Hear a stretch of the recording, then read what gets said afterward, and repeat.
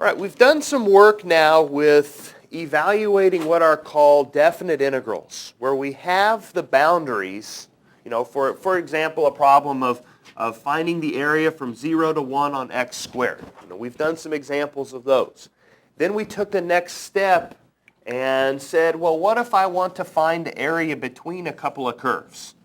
What if I've got y equals x drawn as a graph, and I've got y equals x squared, and I want to find the area between those curves? And we talked about how we set those up last time as subtraction problems. You take your upper function, which in this case happens to be y equals x, minus your lower function, which happens to be x squared, and then you need to find out where those two functions intersect each other. And whatever those numbers are, this is obviously 0, and looks like this will be 1 up here, but you go ahead and you find out where those intersect, and then you calculate the antiderivative and evaluate your problem that way. Okay? Now, these aren't the only types of problems that we can do with antiderivatives, though. Okay? So we're going to look at a couple of different situations here today. The first one being the easier of the two, called average value of a function. Okay? Now, when we do a problem like this, when I calculate the area from 0 to 1, x minus x squared, what I am finding in this problem is I am finding what we call the total area between 0 and 1. I'm finding this entire area between the function 0 and 1. Okay? Now, if I want to find the average value, that means that I just want to find the, how much area is there in an average of 1 unit. Now, this isn't the best example because we only have a total of 1 unit here. Okay? But if I was to change this to a different problem so that we would have more than 1 unit of area here, what average value is it's just taking the total area and dividing it up into 1 unit increments.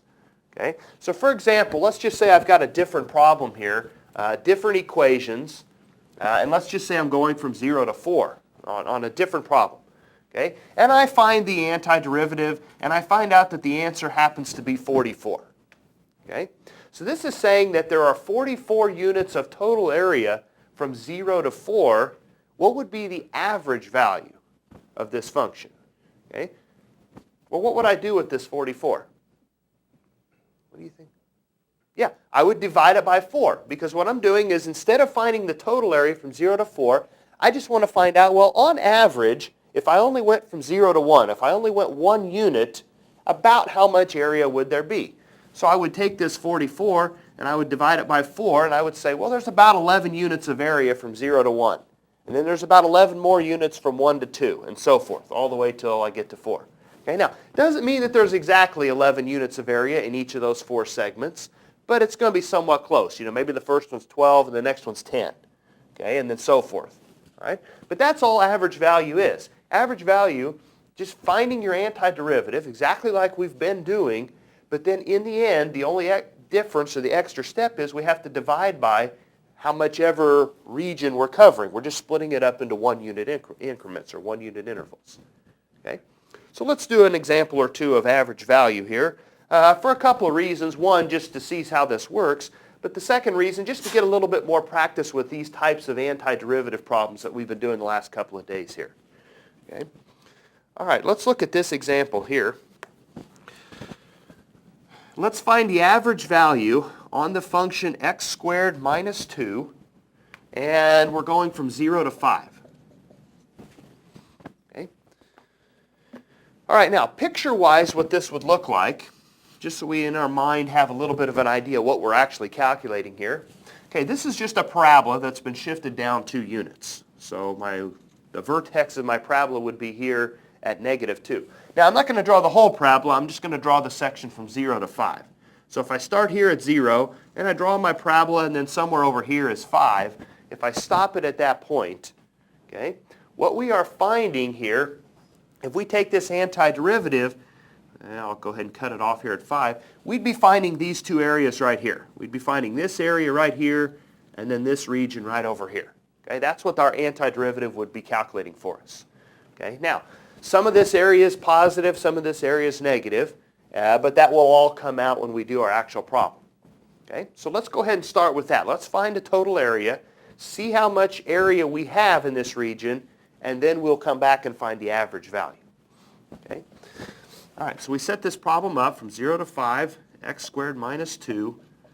And since the 0 and the 5 are x values, that's all this dx is telling us at the end. It's just telling us these are x values that we're doing this calculation on. All right, so what's our antiderivative here? What's the antiderivative for x squared?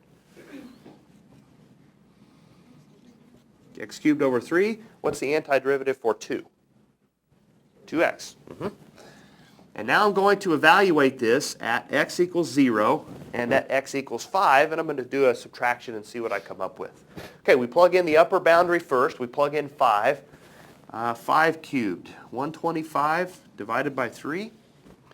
2 times 5 is 10. Okay, so whatever I get when I substitute in 5, this will be my result for that first part. Okay, minus what I get when I sub in 0, but what do I get in this when I sub in 0? Just a big 0, right? Okay, so I really don't have to do anything for the second part because I'm just subtracting off the 0 area. Okay, all right, so 125 over 3, I don't know what that is. Okay, and then you go ahead and take away 10. Okay, and then what's the total?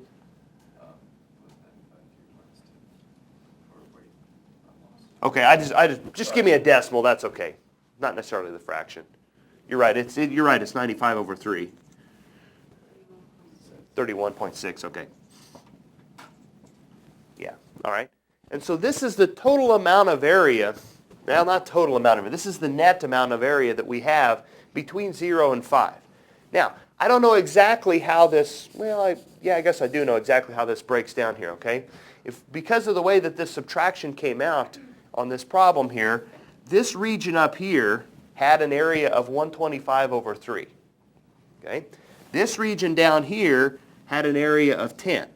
And so when we were doing our problem, we had to subtract those because this was positive area, this was negative area, okay? All right? And so we found out that if we take the positive area minus the negative area, we get 31 2/3. Okay? Now, that's the total net area for this region. But if the question wants to know what's the average value of the function, what do I need to do with this number? Divide it by how much? Divide it by 5, because I'm covering a total of 5 units here. Okay? So all I've got to do to finish off this problem is just take this number and divide it by 5, and whatever that answer comes out to be, that's my average value for this function. Okay, so that's the average amount of area for each one of those regions. If we just went from 0 to 1, and then just from 1 to 2, and so forth, that would be our average value. Okay? All right.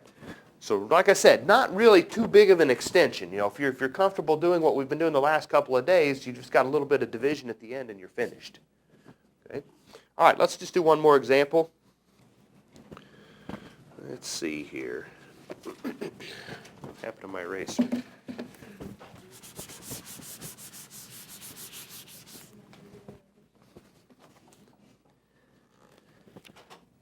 All right, there's a function s of t, which equals this, 15 plus 2 e to the minus 0.02 times t. Okay, and the question is that a stock analyst plots the price per share of a certain stock as a function of time and finds it can be approximated by this equation here. Okay? It says t is in years since the stock was purchased. Find the average price of the stock over the first 6 years. Okay? So we don't want to necessarily know what the stock has made over the course of the whole 6 years. We just want to know per each year about how much is it making, just as an average. Okay? So this is just another, it's a word problem, but it's just another average value type question. Okay? All right, so the first thing we'll need to do is we'll need to set up our antiderivative. What will be the boundaries that I want here? 0 to 6, because I care about 6 years. Okay, from 0 to 6, 15 plus 2 e to the minus 02t. And since they've got t's in this problem, we can kind of assume that this is a dt. Time from 0 to 6, so we'll assume that t is the correct variable here. Okay, and now we want to go through and make this calculation. All right, what's the antiderivative of 15? 15t. Okay, antiderivative of this second piece. All right, let's kind of break it down one step at a time here. What happens with the 2?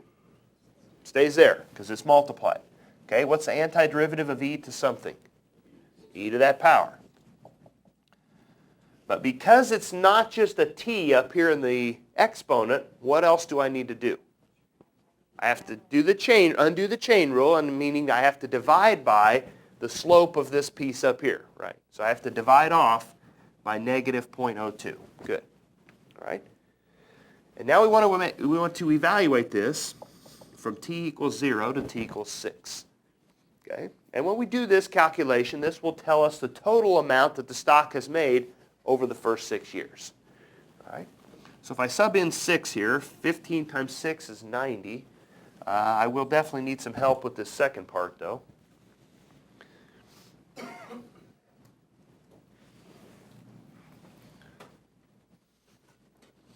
And of course, since there's an E in there, we're just going to, a decimal answer we'll have to do here.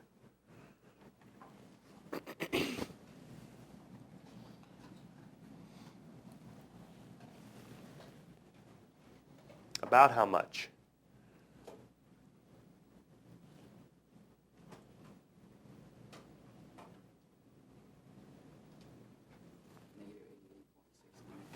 Negative 88.69. Okay? All right? And it should be a negative number because we have a negative sign down here. All exponentials are positive. So yeah, this should be a negative value here. All right. So this is what we get when we substitute in 6. You know, and we can do a subtraction there real quick to get that result. Now, what if I sub in 0? Okay? Well, definitely I get 0 from this piece, 15 times 0. But I got to be a little careful with the second piece because what's e to the 0? E to the 0 is 1, right? So what I will get on the second piece is I'll get 2 times 1 divided by negative 0.02. Okay, and what is that? Negative 100? Okay? All right.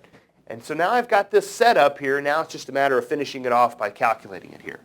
All right, so this looks like 1.31 minus negative 100, so plus 100.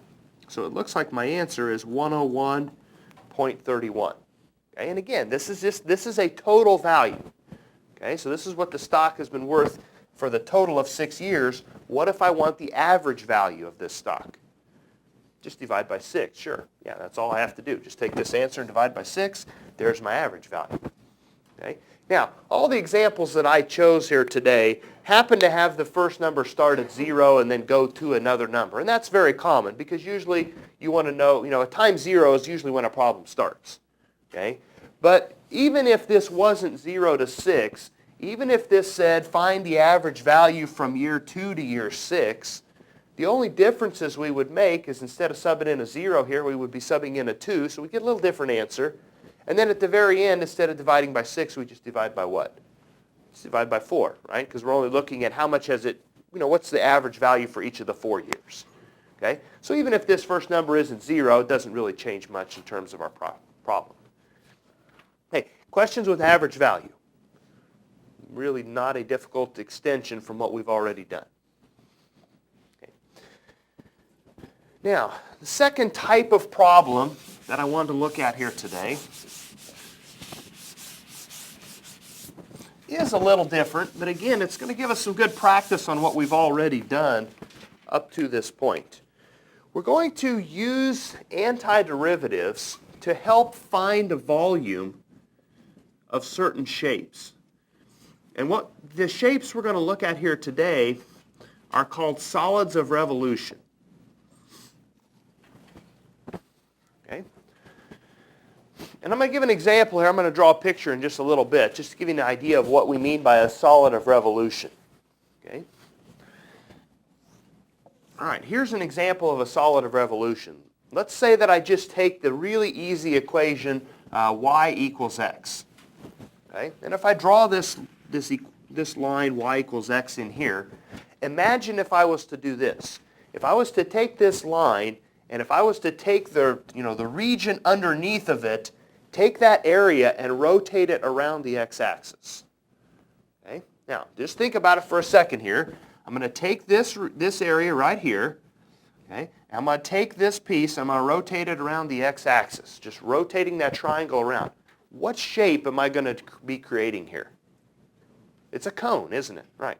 Okay? Because I'm just taking a straight line, just a triangle. You can imagine a triangle being rotated all the way around and back to its original location. That's going to form a cone. Okay? And so we can do calculations like this to help find a volume of things like cones. Right? Now, what would this function look like if we were going to set this up as an antiderivative? Okay, well, there's a couple more things I would have had to tell you. First of all, I would have to tell you where do I want this cone to stop. In other words, I need to tell you basically what the height of the cone is. Okay? And let's just say for our example, let's just say we're going to go from 0 to 3. Okay? So the first thing that we can put in to our equation is we can put in that we're going to let the cone go from 0 to 3, and 0 and 3 are x values. So I'll have a dx on the end of this antiderivative. Okay? Now, the equation of the line that I want, y equals x, also needs to fit somewhere into here, but I don't want to just put an x in here. Okay? What we do, here's going to be our basic equation that we work off of here today. Okay? And I want to put something up on the overhead here and kind of show you this, and then we'll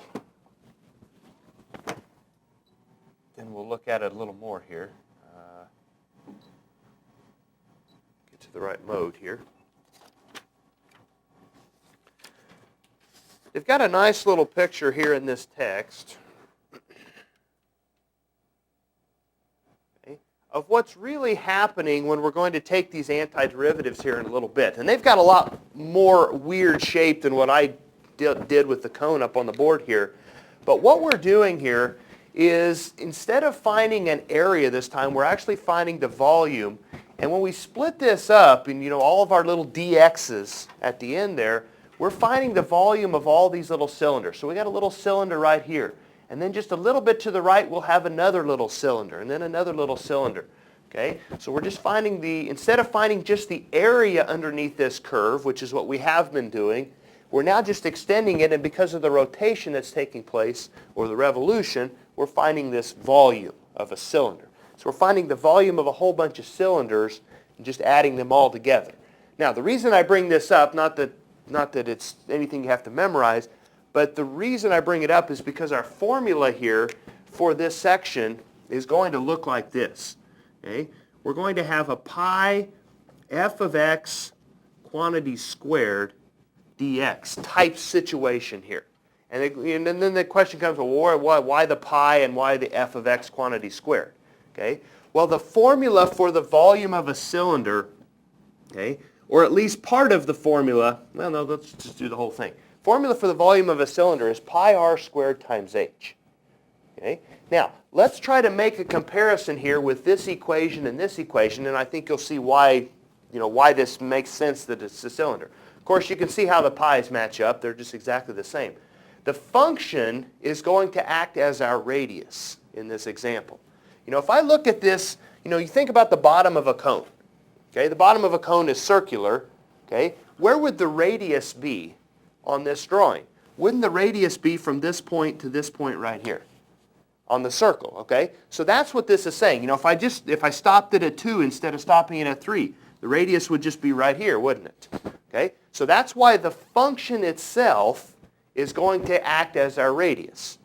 Okay? So pi r squared, and then the dx value is going to act as our height. Okay? The height of this cone, if you just imagine my cone right here, if we were to just kind of take it and rotate it a little bit, the height would be here from the bottom all the way up to the top. And so in this case, our dx is just along this axis here, and that's how we illustrate it with integrals. We just say that the x's are going to go from 0 to 3. So these values right here are going to act as our height. They're going to tell us we're going to go from 0 to 3. So that's the comparison. That's why we're going to use this formula here today. It's because it matches up with the formula for a cylinder. Okay? All right. Now, let's go ahead and start plugging in some values, and let's do this calculation here. Okay?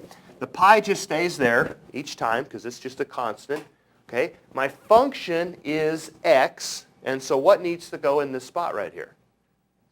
X squared. Right. I just have to square my function. So here is the setup for this calculation. Pi x squared dx from 0 to 3. Okay? So if we follow and set this up correctly, these problems are really not going to be any more difficult than the ones we've done up to this point. first thing I'm going to recommend is that pi is a constant number. And whenever we have constant numbers, we can kind of pull those out in front of the antiderivative. I mean, they just stay there. Okay? So we can almost just take this pi and bring it out in front here if we want. If that, I don't really care which one of these you do, but if you're more comfortable, the pi can be moved out in front. Okay? Now, we need to take the antiderivative of x squared dx. Okay? Well, we've already done this here today. We said x squared was just x cubed over 3. I'm going to evaluate this from 0 to 3. And when we sub in 3 here, we get 27. 27 divided by 3 is 9. And when I sub in 0, I just get 0. So it's just 9 minus 0. So the antiderivative itself gives a value of 9. And then I multiply the 9 times this pi, because pi just stayed out in front here. And so I would say on this problem that the volume of this cone, when we rotated it or revolved it around the x-axis, has a volume of whatever 9 times pi is. Okay? Now, let's do this same problem. Let's just do this with the geometry formula, pi r squared times h, and let's show that it gives the same answer. Okay? All right. Again, you kind of have to imagine this in your mind. Okay? We've got this cone here.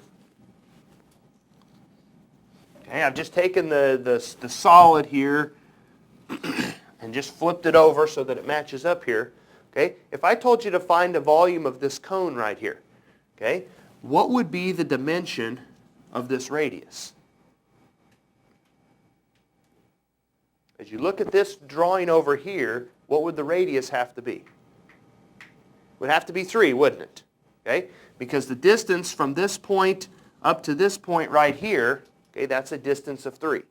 Okay? So the radius is equal to 3. Okay? What's the height of this cone?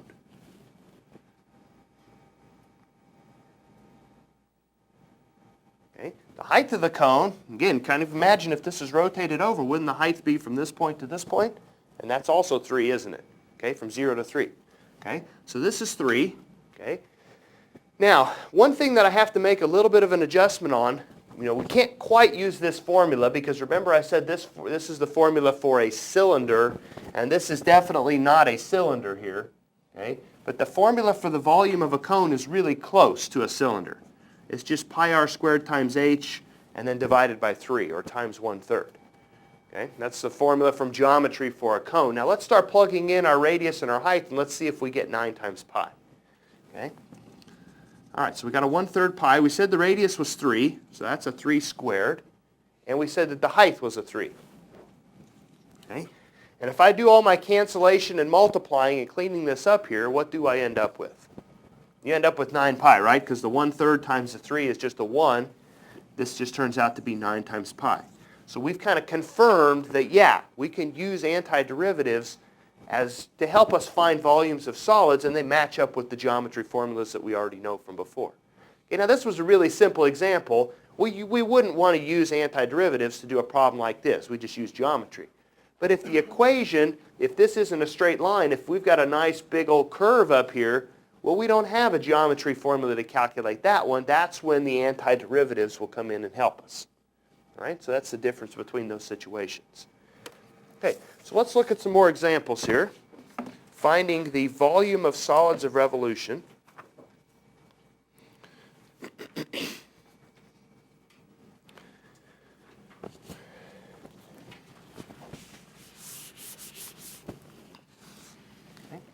The function they give us this time to use is 1/2 x plus 4. And again, I'm going to draw a little picture here, and they say go from 0 to 5 here on the x values here. All right, let's just draw a little picture and see what this looks like. Okay, this is the equation. This is a linear equation. Starts at 4 and has a positive slope. Okay, so I come up here to y equals 4, and I draw something with a positive slope. All right, so this is my line. And I started here because it says start at 0 and go to 5. So somewhere over here is x equals 5. That's where we want to stop. Okay? All right, now if I was to draw this line down from here, imagine taking this shape and rotating it around the x-axis here, or revolving it around the x-axis. Okay? What would this look like? It's not as obvious as a cone here, but you kind of imagine what this looks like. If I was to take and just rotate this down, okay, let me go ahead and draw it on the other side here. Okay? Imagine this being just rotated around. If I take this and just drop it on the ground here, doesn't it kind of look like an elephant stand almost? Okay? You've got a circular bottom, you've got a circular top. Okay? It's just that the bottom is a little bit bigger than the top here. Okay? Another way of looking at this is if I was just to extend these lines over here, don't I just have a cone that's been come in and sliced off? Okay? So I've got, it looks like a cone, except we just cut off the top part of the cone and discarded it. Okay? So you can think about it either way, but what we want to do is we want to find out, well, what would be the volume of this region right here? What would be the volume of this bottom shape down here? Now, if we were using geometry formulas, we probably could still solve this one with just geometry formulas. Because what I could do is I could find out what the volume of this whole cone is right here, and then find the volume of this little bitty cone that we cut off, and I could subtract those two volumes, and that would give me the volume of the slower piece down here, wouldn't it? Okay? So that'd be one approach if we want to use geometry, but let's go ahead and practice using the calculus here. Okay? It'll actually be a little faster. Okay? Now, as I set this problem up, first of all, my boundaries go from where to where? From 0 to 5, right? Okay. Okay. I have a pi in there because we're going to be working with a whole bunch of just cylinders added together. All right. What else do I need to put here? Quantity squared, right? Okay. This is going to act as my radius, and so I'm going to have 0.5x plus 4 quantity squared dx. All right. And we want to go through and do the calculation for this particular antiderivative. Now again, the pi comes out front. What might be a smart thing to do so that I don't have to use substitution to solve this integral? What type of algebra could I do with this 0.5x plus 4 quantity squared? Yeah, let's go ahead and FOIL it out. Let's go ahead and multiply it out. And then, otherwise I'm going to have to do a substitution. I'm going to have to let u equal all this piece in the middle, and that's going to get somewhat confusing. So what we'll do instead is let's just go ahead and multiply this out. Let's take 0.5x plus 4 times 0.5x plus 4. Let's FOIL it out. Then we don't have to do any fancy substitution. Okay. All right, if this gets multiplied out, this will be 0.25x squared. Let's see. The outside would be a 2x. The inside would be a 2x. So that'll be a 4x. And then the last times the last is a 16. And to me, this would be the preferred approach because now I don't have to do any substitution or anything fancy. It's just normal antiderivatives. Okay? So now let's go ahead and finish off this problem here. Okay? What's the antiderivative of 0.25x squared? 0.25, whoops, I don't need this anymore. 0.25 x cubed over 3. Antiderivative of 4x. 4x squared over 2, and antiderivative of 16, 16x. Okay, and I want to evaluate this at 0 and at 5. Okay, and again, I want to do this because I think we're going to come back and we'll go ahead and actually do the geometry formulas on this too and just show how it matches up, kind of see where all the calculations come in.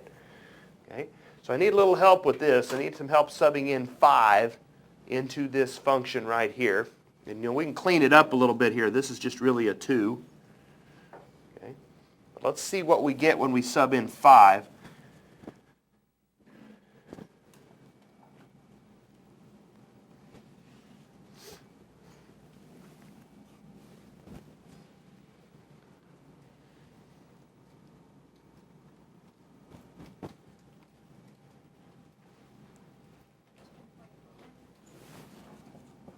This?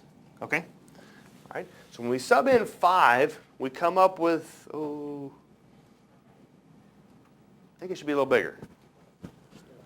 Just because I see a 16 times 5 here. That's the only reason. 140.42. Okay. All right. Okay, so just off on the decimal a little bit. All right. So this is 140.42 inside of here. Now, I didn't plug in the 0 here because if I sub in 0, I just subtract a whole bunch of zeros. Okay?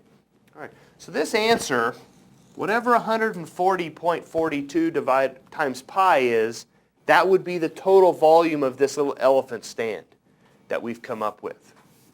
Okay? Now, what if we were to try to use geometry to solve this same problem?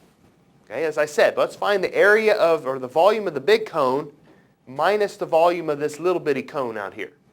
Okay, now, the first question that we're going to have to figure out, though, okay, if we're going to do these cones, is we're going to have to figure out where this point is at over here. You know, we need to know where this intersects on this side. Okay, well, this is at 4 and this is at -4, and then we've also got to consider that our slope is equal to 1/2 a unit. Okay. So how far do I need to go over here so that it'll cross this line here and end up with a height of 0?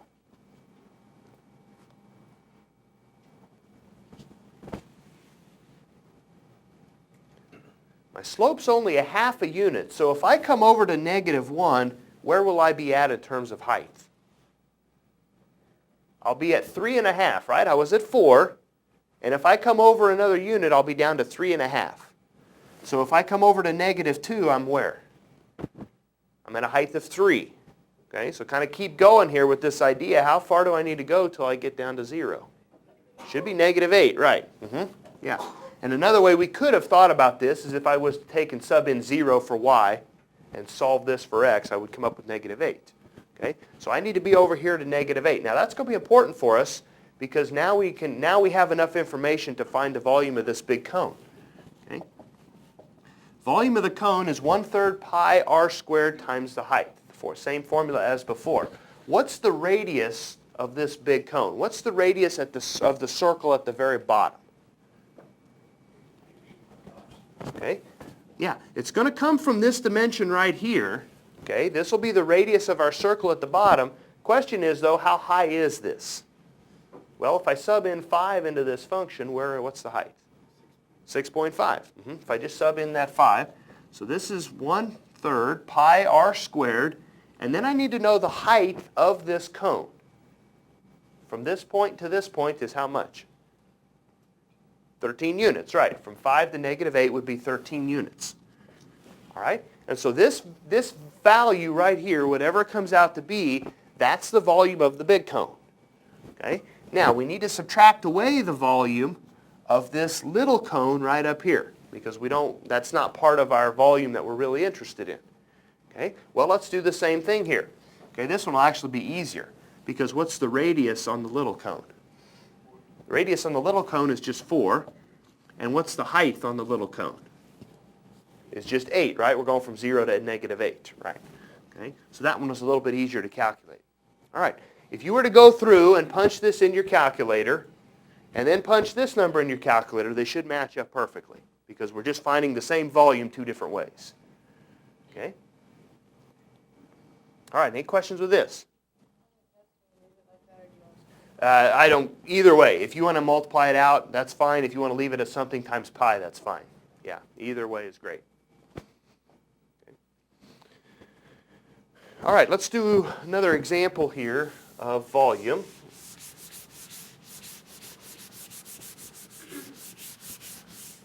Let's say that our function this time is the square root of 2x plus 1. And we're going from 1 to 4 on x. Okay. Again, I just like to rough sketch out these pictures. Now, I'm not exactly sure what the square root of 2x plus 1 looks like, so I'm going to plot it on my calculator here real quick. Just take a look at it. It's probably, square root is usually just a nice little curve up in the first quadrant, but since I've got a 2x plus 1 inside, we'll see what it looks like. Oops. Zoom standard here. Okay, so it's a nice little curve, except it just starts over. It looks like it starts at -1/2. Okay, so instead of starting at 0, it just starts over here, but it's still a nice little curve. Okay, now, but the only part that I care about is x going from 1 to 4. So I come over here to x equals 1, and I come over here to x equals 4. And those will be the boundaries. Now, again, kind of imagine what this would look like if I was to take and revolve this around the axis here. Okay? I would have this piece right here, and then I'd have another perfect copy of it down below. Okay, so some type of a curve like this. Okay, those are supposed to be the same. You can kind of imagine this piece being rotated around. We're trying to find the volume of this shape.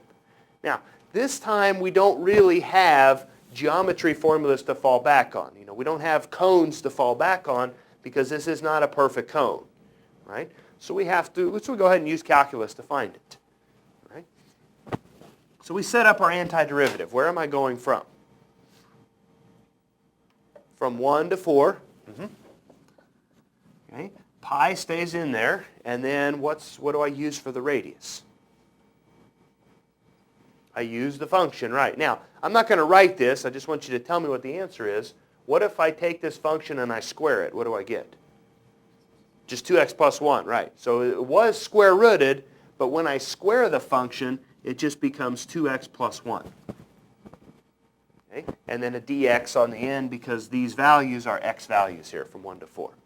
Okay. So this is actually a fairly simple example again. Okay. Now, my recommendation, just kind of take that pi and bring it out in front. Just leave it out there. Do the rest of the problem, and then just don't forget to multiply it back in when you're finished. Okay. All right. If I was going to take the antiderivative of 2x, that is what? 2x squared divided by 2, right? Hey, antiderivative of 1. Just 1x, right. Evaluated at x equals 1 and at x equals 4. Okay? Now, these 2's actually cancel off, so that function is really just x squared. If I sub in 4 here, I get 16 plus 4, so I get 20. When I sub in the value of 4, when I sub in 1, I get 1 plus 1, which is 2. Okay? So I subbed in the first one, I got 20. Subbed in the second one, I only got a value of 2. So it looks like the total net value is 18. Okay? 18 times pi, that's the final result that we're looking for on this problem. Okay? So problems that were somewhat difficult before, square root problems, these aren't the easiest things to do. If we come in and do them in this context where they end up getting squared, now they're not such bad problems because we got rid of that radical and now it's a lot easier problem to handle. Okay? All right, questions with that?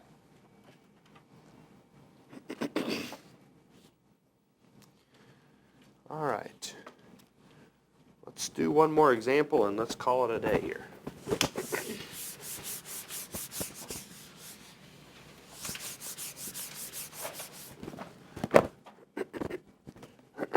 Excuse me.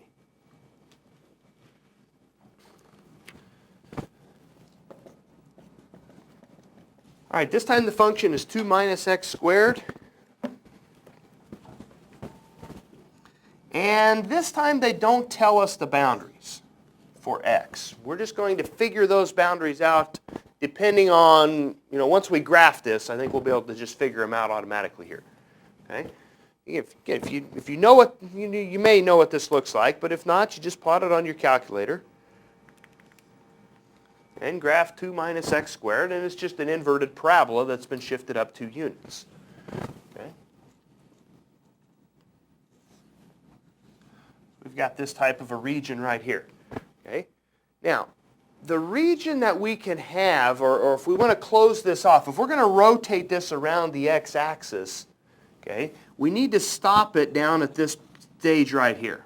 Now, I'm going to have to cut it off at this point because it's going to be hard to rotate stuff that's already below the axis. Okay, so we're going to cut this off here at 0.